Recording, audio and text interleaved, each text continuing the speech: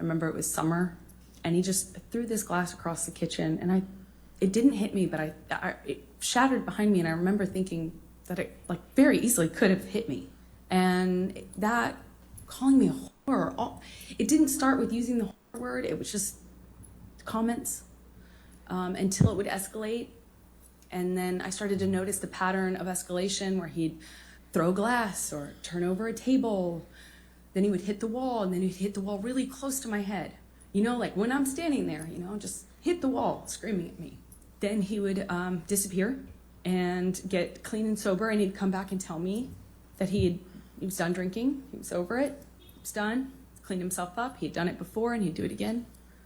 And then he would go back to this like wonderful, like almost like just unreal, like but real, you know, but unbelievably nice, sensitive, kind, warm, generous, interesting, funny man that I loved. And he would make me feel so loved, like I would feel so distant from that thing that was so scary that I would not even recognize it too. And that was how, you know, our relationship kind of started to develop in that first year. Do you remember the first time that he physically hit you? Yes. Please tell the jury about it. That's a pivotal question to ask, because if you have the opportunity to take the stand and to talk about your allegations of abuse, naming all of these roundabout things that happen and not focusing on a story is perplexing to me. And it's probably because she's lying. It's almost as if you're in an interview and then someone says to you, hey, tell me about a time that you did X, Y, and Z. And instead of talking about a specific time, because maybe you haven't done X, Y, and Z, you just start talking about how you have X, Y, Z skill in like a roundabout kind of way. But I asked you to tell me a story. I asked you to tell me a time.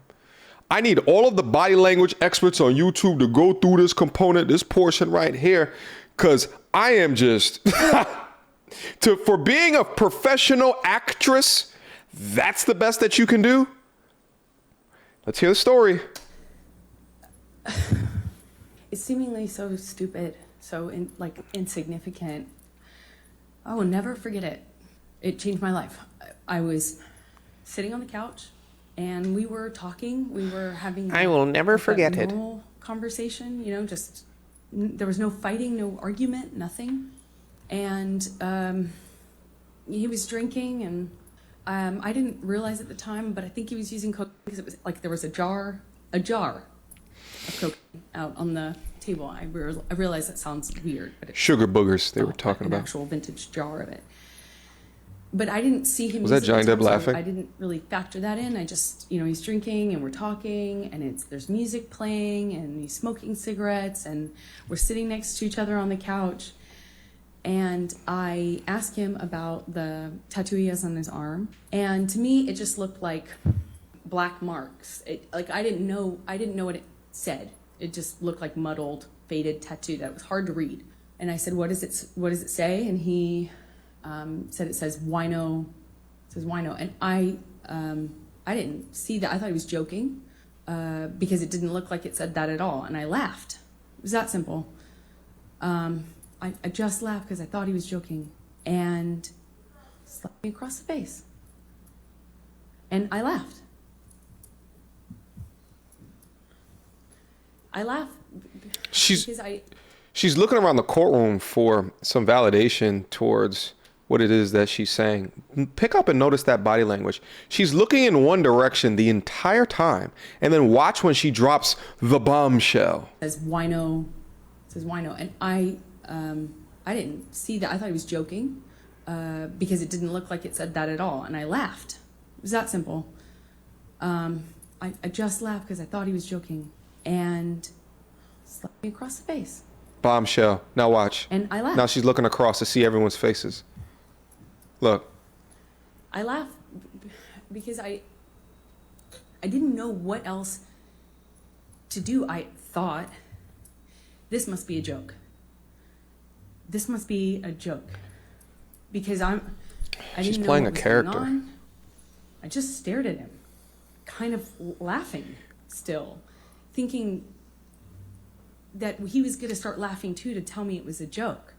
But he didn't. He said, "You think it's so funny? You think it's funny, bitch?" Like, it was clear it wasn't a joke anymore. And I stopped laughing, but I didn't know what else to do. I didn't know what to do. You would think you would have a response, but I, as a woman, had never been like that. I'm an adult, and I'm sitting next to the man I love, and he slapped me for no reason, it seemed like, and I missed the point. It was that stupid.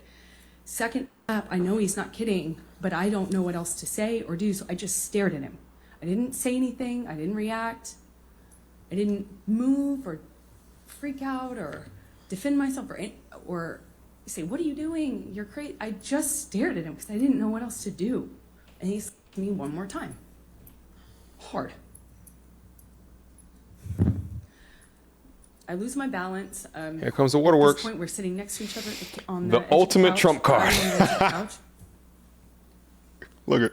And I'm all of a sudden realizing that the worst thing has just happened to me that could possibly happen to you. I realized that I wish so much he had said he was joking. Because it didn't hurt. It didn't physically hurt me. I was just sitting there on this carpet, looking at the dirty carpet, wondering how I wound up on this carpet and why I never noticed that the carpet was so filthy before, and I just didn't know what else to do. I didn't know what to say. What? I didn't know how to react. I just sat there thinking, how much time do I have till I figure out what I need to do? Because, God, did he just hit me? Shut up. Was the carpet dirty because you shitted on that as well? You know, here's a crazy shit as well, is that this does so much injustice to those that are actually going through abuse situations. But at the same point, this is a major blow to modern day feminists everywhere. It puts a good look at this hashtag believe all women shit. And hopefully now it puts in the question that at the point of accusation, men are not considered guilty before they get their fair day in court. I hope, but do I really think anything will change even after this debacle? Only time will tell. No, I didn't want to leave him. I didn't want this to be the reality. I didn't want to have the man I was in love with.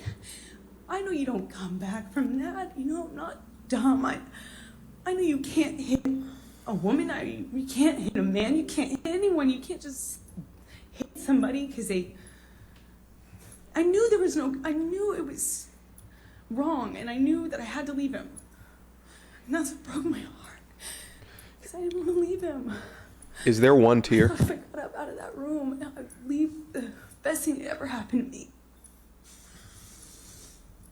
And I wish I could sit here and say I stood up and I walked out of that house and I drew a line and I stood up for myself. But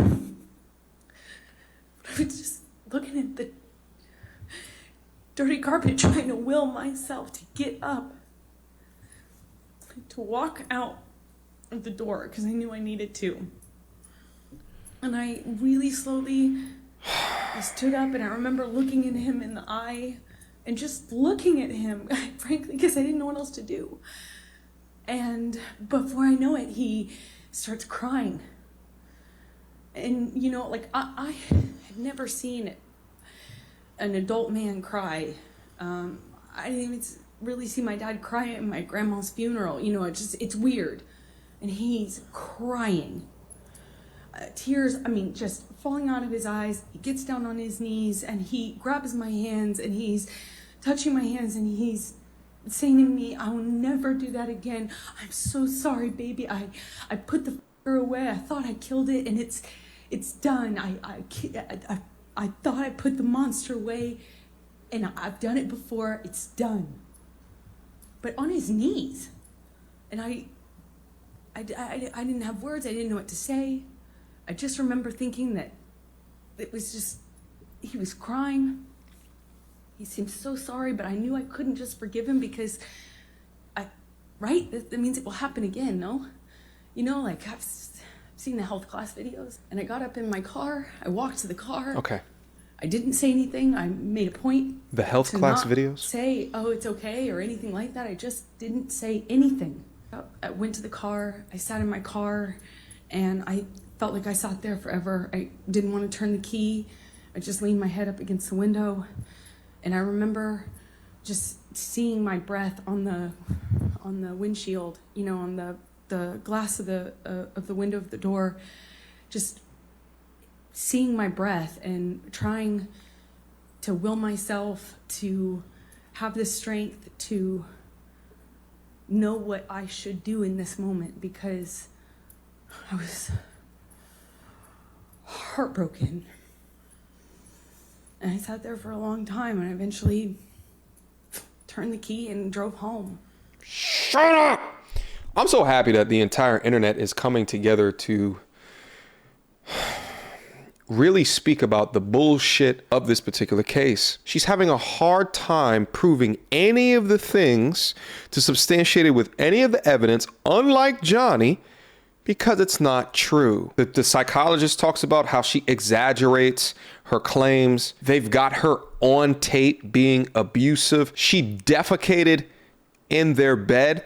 Is that really a person that is scared about this abusive person retaliates by defecating in the bed? No, that is something that a spiteful, terrible human being would try to do. One of which thinks that she will not face any recourse for the bullshit of her behavior. This is a landmark case for a variety of different reasons, but I'm so happy that so many people can see beyond the bullshit after all of the evidence started to come out. This culture of men being guilty until proven innocent has destroyed Johnny Depp's career, and I do hope that justice will prevail. Until next time, YouTube, peace.